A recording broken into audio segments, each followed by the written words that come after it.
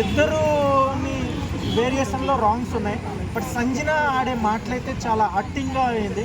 ఒక లైవ్ షోలో ఒక అమ్మాయిని ఒక అబ్బాయిని ఒక బూత్గా చూపించడం అనేది అది చాలా బ్యాడ్ క్వాలిటీ. అది ఎవరికి ఉండకూడదని నేను అనుకుంటున్నా. ఇది లైవ్ షో, ఎవరు ఏమి చేసేయడానికి ఛాన్స్ ఉండదు, చేసినా ఊరుకునేది లేదు. బట్ అలాంటిది ఒక ఉండొచ్చు ఫీలింగ్, ఇద్దరు క్లోజ్గా ఉండడం ఎదుటి వాళ్ళకి నచ్చకపోవచ్చు, కానీ అది మన మనసులో ఉంచుకోవాలి. లేదా అది పాజిటివ్ వేలో వాళ్ళు పిలిచి అనాలి.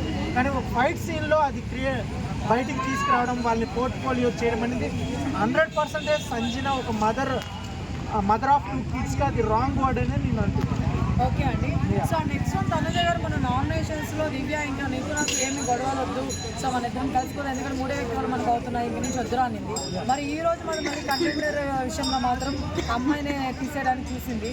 సో ఇంకా డ్రెస్ అని పోలేదంటారు? ఎస్, యాక్చువల్గా ఈ ప్రాబ్లమ్ స్టార్ట్ అయింది దివ్య వల్ల. యాక్చువల్గా దివ్య, భరణి, తనుజ బెస్ట్ ఫ్రెండ్స్గా ఉండే. బట్ ఎందుకో దివ్య కెప్టెన్షిప్ టాస్క్ నుంచి తనుజాన్ని ఎలిమినేట్ చేసిన నుంచి అప్పటి నుంచి దివ్య గ్రాఫ్ కంప్లీట్లీ డౌన్ అయిపోయింది. ఆమె చీటింగ్ గేమ్, అందరితో క్లోజ్గా ఉండడం, ఎవరు కెప్టెన్స్ అయినా పర్లేదు తనుజ కెప్టెన్స్ అవ్వకూడదని ఒక నెగిటివ్ పోర్ట్ఫోలియో చేయడం వల్ల ఆమె పాజిటివ్ అవుతుంది అనుకున్నా కానీ అది నెగిటివ్ అయిపోయింది. ఇంకోటి ఆమెకి ఈగో స్టార్ట్ అయిపోయింది. ఇప్పుడిప్పుడే తనుజకు కూడా ఈగో స్టార్ట్ అయింది. ఎందుకు వాళ్ళకి లేని బాధ నాకు ఎందుకని ఆమె కూడా వాళ్ళని అపోజ్ చేస్తుంది. బట్ దివ్యకు అలా జరగడంలో ఎటువంటి తప్పు లేదు. ఆమె ఎలిమినేట్ అయిపోవాలి, ఫ్యూ వీక్స్ ముందే ఎలిమినేట్ అవ్వాలి. బట్ లక్ వల్ల వాళ్ళ ఫ్యామిలీ బ్యాక్గ్రౌండ్ వల్ల ఎందుకో సేవ్ అయింది. బట్ ఈ వీక్ అయితే ఆమె ఎలిమినేట్ అయిపోతుంది.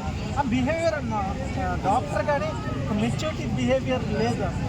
ఓకే అండి. నెక్స్ట్ వన్ వచ్చేసి కళ్యాణ్ గారు నిన్న తనుజ గారు మోటివేట్